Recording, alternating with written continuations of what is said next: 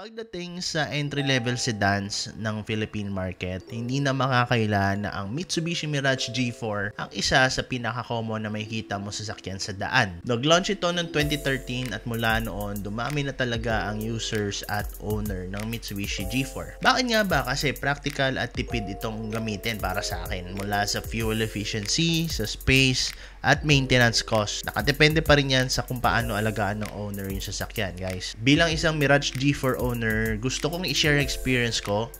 Kaya kung interesado ka sa Mirage related contents, check mo lang ang channel ko, marami akong videos dyan. Hit mo na rin ang like and subscribe para updated ka na rin sa mga car reviews at POV drive natin. Pero guys, di ko nahabaan pa dahil sa video na ito, ang pag-uusapan natin ay ang comparison ng mga variants ng Mirage G4, ang GLX at GLS. Dahil kabisado ko na rin halos ang differences at similarities ng dalawa, tutulungan kita para hindi ka na mahirapan sa kung anong pipiliin mo sa dalawa.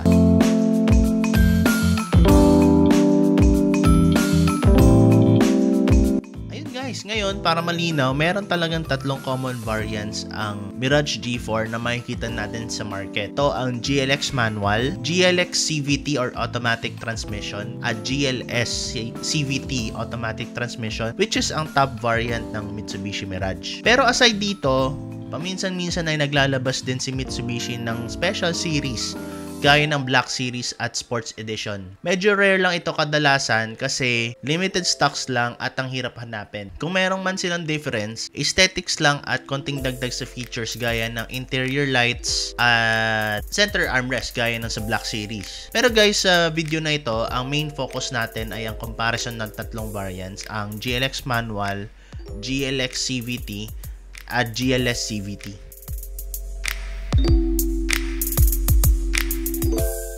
Pagdating sa dimension ng Mirage G4, parehong-pareho ang sukat nila. 4,305mm ang haba, 1,515mm ang taas, at 1,670mm ang lapad. At meron itong 170mm na ground clearance. Ibig sabihin, parehong compact at madaling isingit sa masisikip na kalsada at parking, lalo na dito sa Pilipinas. Lahat ng variants ay gumagamit ng 1.2 liter inline 3 double overhead cam, gasoline with MyVec technology. Yun yung 3A92 engine. May option ka rin para pumili kung gusto mo ng 5-speed manual o yung Invex 3 CVT automatic transmission. Parehong naka front wheel drive at merong 42 liter fuel tank si Mitsubishi Mirage G4.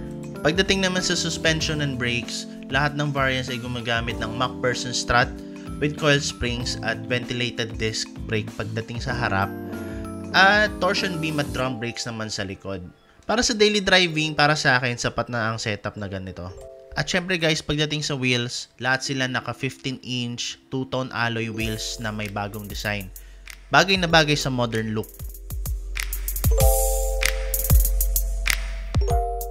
Ayun guys, punta naman tayo sa similarities ng interior features ng Mirage G4. Lahat ng variants ay gumagamit ng iisang type ng head unit. Ito ay Android Auto at Apple CarPlay na. By the way, ito ring head unit na makikita mo naka-install sa Montero GLX manual. Subok na tong head unit na to guys kasi ganito rin yung naka-install na head unit sa aking Mirage 2023. At isa sa masasabi ko, napakaganda ng sound output niya.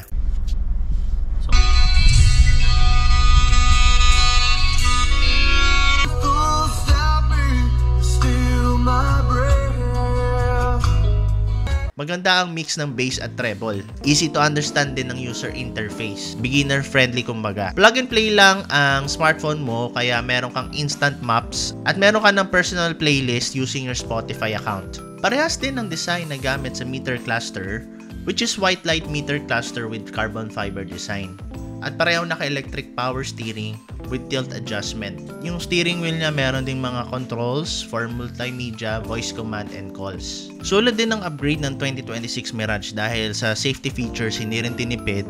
Lahat ng variants may ABS, active stability control, hill start assist, brake assist, at EBD or electronic brake force distribution. For an entry-level sedan, malaking plus ito. Ayun guys, so tapos na tayo sa similarities. Ngayon, punta naman tayo sa interesting part, ang difference ng GLX at GLS. Ayun guys, so pagdating sa exterior, ang difference talaga na makikita nyo obviously is yung headlight. Si GLX manual ay gumagamit pa rin ng halogen headlight, while si GLX CVT at GLS CVT ay gumagamit na ng LED projector headlight. Ngayon, pagdating sa DRL, walang naka-install na DRL kay GLX. Meron na kay GLX CVT at GLS CVT. Pagdating sa fog lights, walang naka-install na fog lights kay GLX, mapa manual or CVT. Ang meron lang si GLS. Ayun guys, syempre pagdating sa door lock system, makikita mo sa driver door side ni GLS ang isang black button na pinipindot para mabuksan ng mga pintuan. Si GLS din ay merong feature na remote trunk opener. Makikita mo sa mga key fob ng GLS at GLX ang differences, especially sa design at sa functionality. And lastly guys, si GLS ay meron ng rear camera na naka-install. Ang maganda sa camera ng Mirage G4, wide siya, wide angle. Kita mo lahat ng angulo sa likod, which is sometimes kapag lumingon ka sa likod, physically, hindi mo makikita pero kita ng camera. Para sa akin, maganda ang quality ng camera ng stock ng Mirage G4.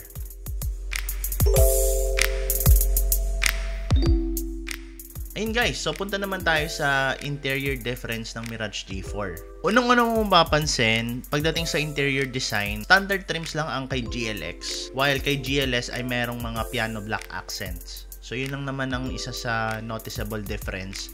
Aside from the aircon controls na manual knob type kay GLX, while kay GLS ay automatic climate control.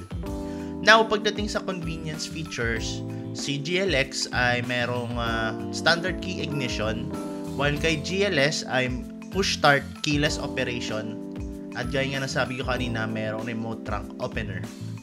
Yun nga guys, so kung mapapansin nyo, halos kakaunti lang ang difference ng GLX CVT sa GLS CVT.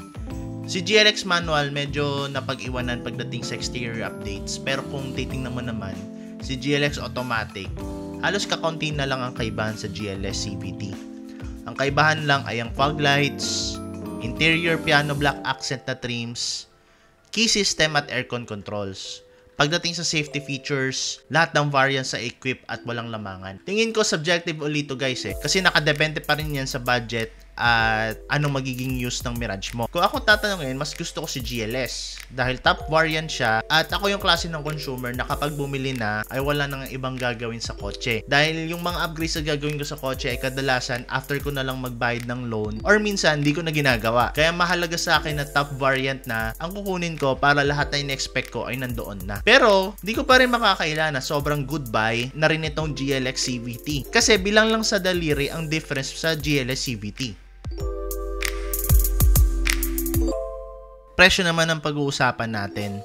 Lalagyan ko rin ng sample computation sa dulo para mabigyan ko kayo ng idea guys sa mga possible promos ngayong September 2025. So dati ang GLX manual ay nagpa-price ng 793,000. Ngayon ay 769,000 na. Si GLX CVT naman ay priced 841,000 ngayon na dating 819,000. While si GLS CVT 937,000 na, dating 899,000. So meron mga increase na up to 38,000. So it's up on you guys kung ano ang prefer nyo. Ayun guys, syempre kung interested kang bumili ng Mitsubishi Mirage, i-refer ko na sa iyo ang aming agent na si Harleen Paulino. And tutulungan kanya magkaroon ng Mitsubishi Mirage. At yung ilalagay ko computation dito ay yung updated September promo nila.